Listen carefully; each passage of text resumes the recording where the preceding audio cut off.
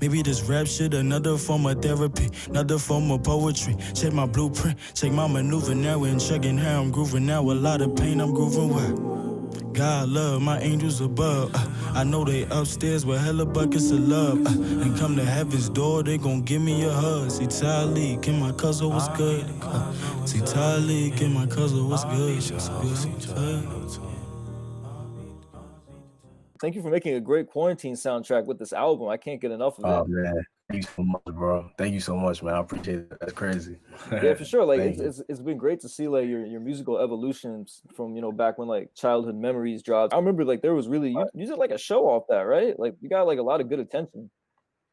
It was surprising, you know, because it was really my first like single, like, you know, kind of like putting music out, because I made music kind of when I was in high school, but it wasn't nothing like really like from scratch. It was like me and my friends like created the beat, lyricism, like the whole nine, you know what I'm saying? So it was definitely surprising, and I learned a lot, you know, obviously from that point on, just about like, you know, really being an artist and like, you know, putting yourself out there. There's so much that goes into like, you know, music. Like obviously it's the production, and that's a huge chunk of it, but the marketing side of it, and like being creative and like trying to be, you know, genuine, but like also get people to engage with it. It's been a lot, but yeah, man, it's been a new process. It's been low key kind of new, but it's been cool. How does it feel to like finally have that whole project out there? Like it seems like it's been in the making since high school, probably since it's your first thing out. Like oh no, so Stitch of Rose, I started that in 2018, late 2018. Oh wow, that's when I was in college. So yeah, since like sophomore year to basically to the summer, you know, this summer. So it's surreal. It's always been a sentimental and like a vulnerable piece of work, you know, that's been close to me, you know, and it feels good in ways, you know. It captures a time of who I was, and like, you know, that still obviously, you know, carries on to I think who I am now and like who I will continue to be. But I think it was just like it was such a specific time, you know, time frame of my life, and you know, I grew up with it literally. Like I started like I was 18, about to turn 19. I'm 20 now, so I learned so much within just that time period, and grappling with a lot of different emotions, and you know, just trying to you know, figure things out as a young kid with a lot of things going on, and just trying to figure out my path and like, you know, my passions. And so I just it's crazy how that whole journey even came about from 2018 to now. Is but you know, everything truly happens for a reason. So that's really a great way to look at it though. Like you'll have this project to capture this moment in your life for the rest of your life, you know. Like, absolutely. Back and be like, that's who I was then. Here's where I am now. That's basically what it is, man. It's the memories, I think, and the where I was mentally. I can always tap back into that just by hearing some of those songs, and I can just assess as much as how much I've evolved to as a person. Just because, like, I feel like my lyricism, because a lot of those verses and the things I wrote was like back then, you know what I'm saying? So it's like, I'm like, dang, I like it, but it's like, I feel like I've even evolved even so much just from like that point on to like where I am now. I've developed so much in all facets of my artistry, because I was really focused on, you know, poetry first, and then it kind of evolved to songwriting, to you know being able to flesh that out in a project. And now, you know, I produce, I play instruments, and you know, things like that. So it's been a good foundation, I feel like, to finally have that to the world, and to kind of let people know, like, you know, I'm doing this, I'm here, and you know, hopefully it's the start of something, you know. So that makes a ton of sense when you say poetry, because I love how you like incorporated spoken word and like with whether it was like interludes or at different times in this project, because it really reminded me, like, I don't know if you're like a big Joey Badass or Pro Era like type, bro, what guy. Those are like some of my favorite artists, and this reminded me, because it's like a coming of age project. I feel like, you know, it really reminded me to like, I was telling Mike that your project kind of reminds me of like Summer Nights from Joey, where you're, you know, you're going through like some like really like heavy stuff, but you know, you're evolving as an artist. There's a real like progression through your project, I feel like, where, you know, you start off on like a great introductory note, and it's kind of a little more festive with some of your early stuff, and then you definitely like kind of starting at like Wusala, and going into like January freestyle and stuff like that. And then it's almost like there's like a dark cloud and you like merge through the cloud at the end with like home going. And it's just kind of like, it's a lot more festive and kind of like a celebration that you were able to like make it through all that stuff, you know?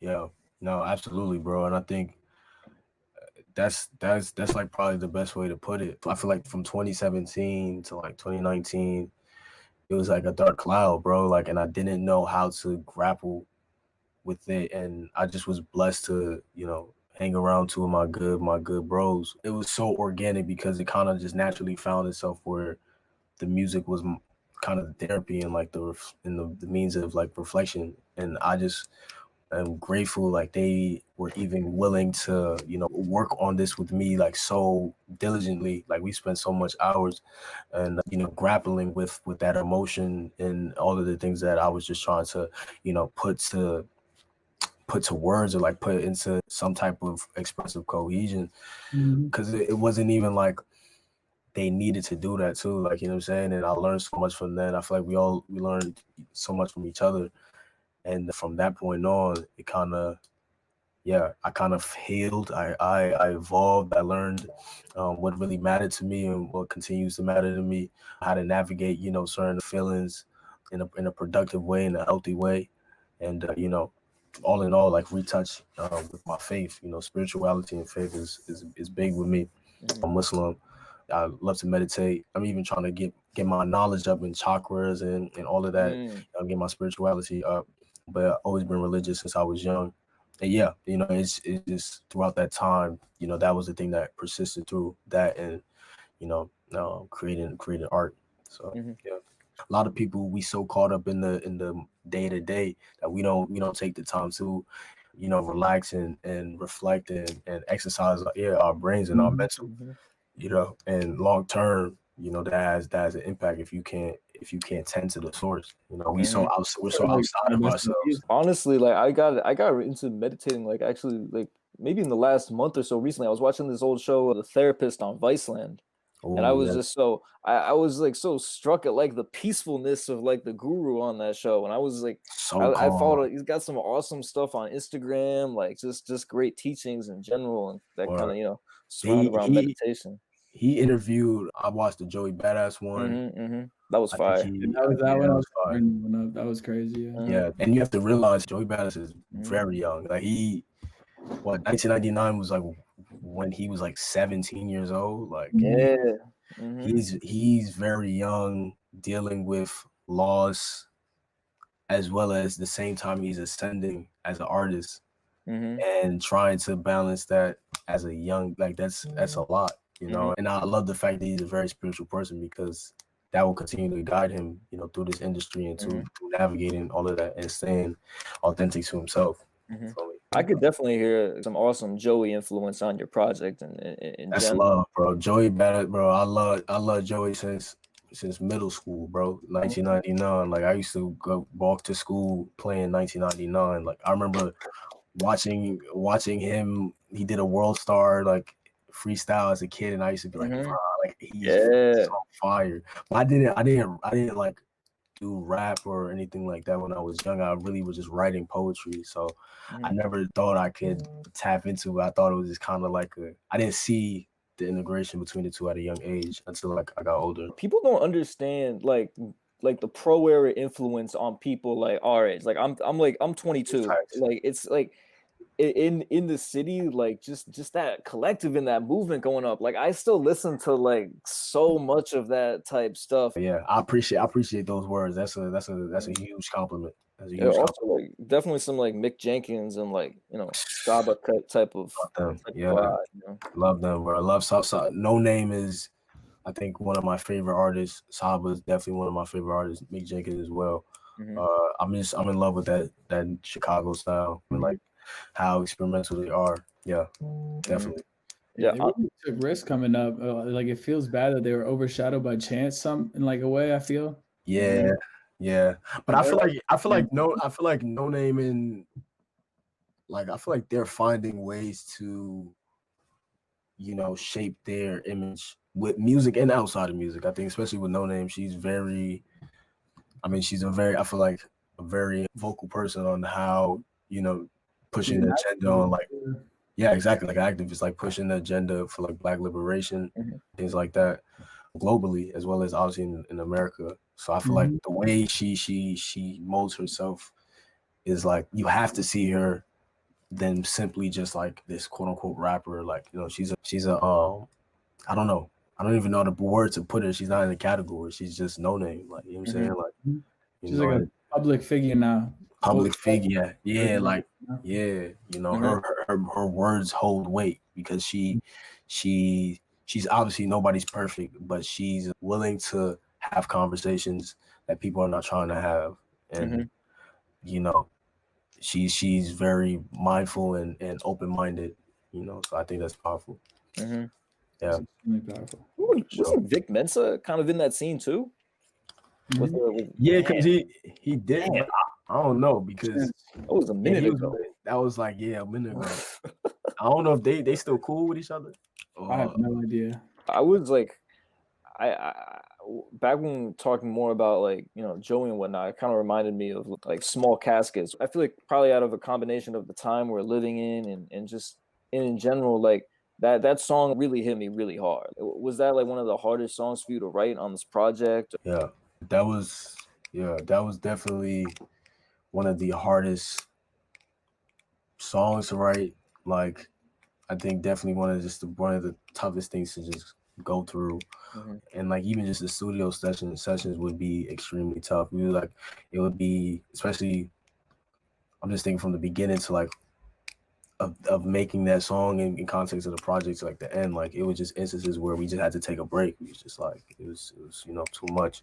I feel like, something I needed to do, growing up with childhood friends and, not connecting with them, but then wanting to connect with them, and then coming back, you grow up, you go on different paths in life, still with those memories and those foundations there, and not having a time to, rekindle relationships. So it was something in the context of just, the loss of my cousin, just being paired at the same time. It was kind of like too much.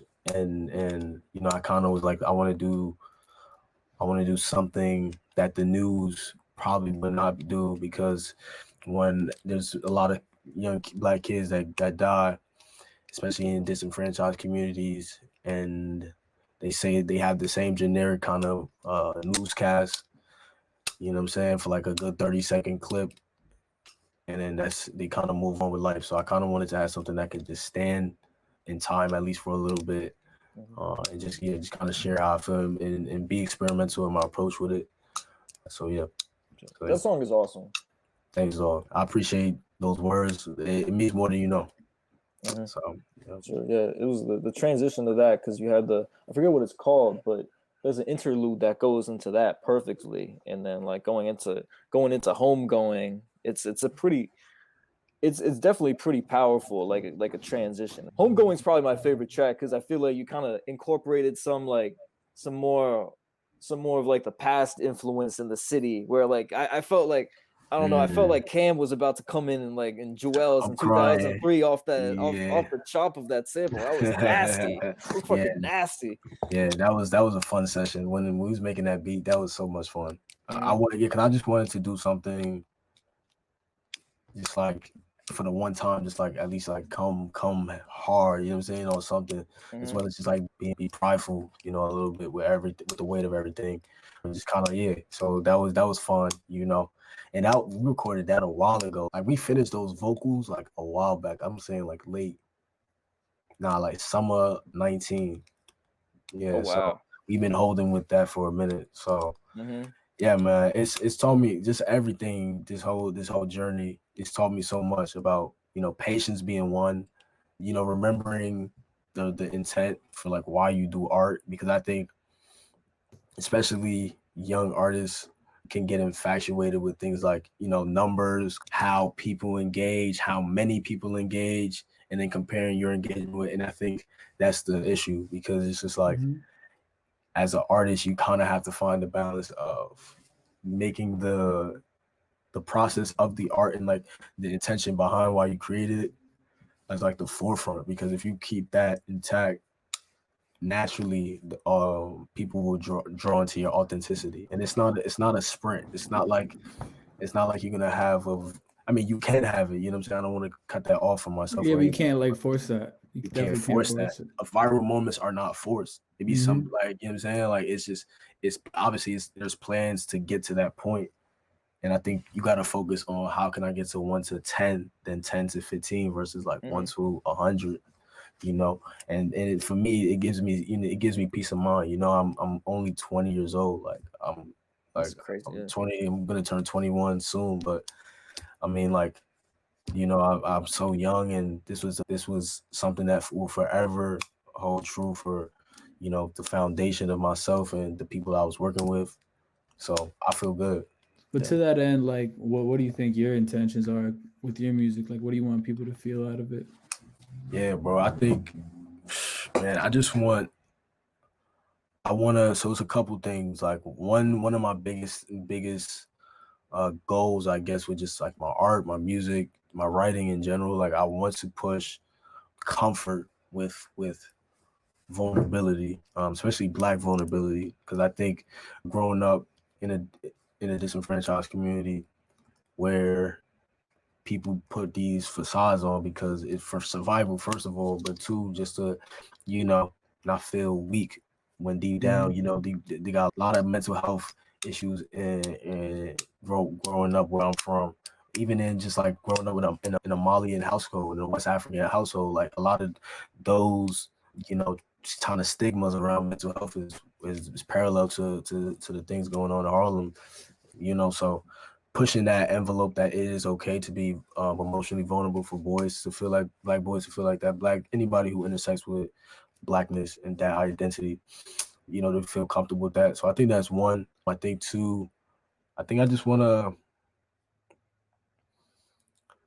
to inspire as well kids to as cliche as it sounds, to really maximize, you know, the time that we have here on Earth and attack things now, like you know, like any type of intention or any type of, you know, manifestation that you have for a vision, like attack that now, because people can't see your manifestation all the way if it's not here. You have to embody it with every day. You have to see it with the little things and slowly build on that. And I want to inspire people, like, you know, get to it. Like, you can accomplish it. Like, if you want to inspire people to do positive things in this world, do that, you know. So that's another thing. And I think one of the last things too is just push out, you know, faith, push out belief in the Most High, and yeah, experiment. I want to experiment with my sound too. I want to just keep getting more experimental. I'm excited for people to hear some of the new stuff I got, you know, in works, you know, and I'm just constantly just trying to push what is tradition too, and trying to genre blend things like that. That's a long answer, but that's some of the things. No, I like that. That's And fire. That's awesome. don't worry about the corny shit. No, that's like the best answer you can have. Appreciate Inspiration, yeah. I think one thing I realized is that it's hard for people.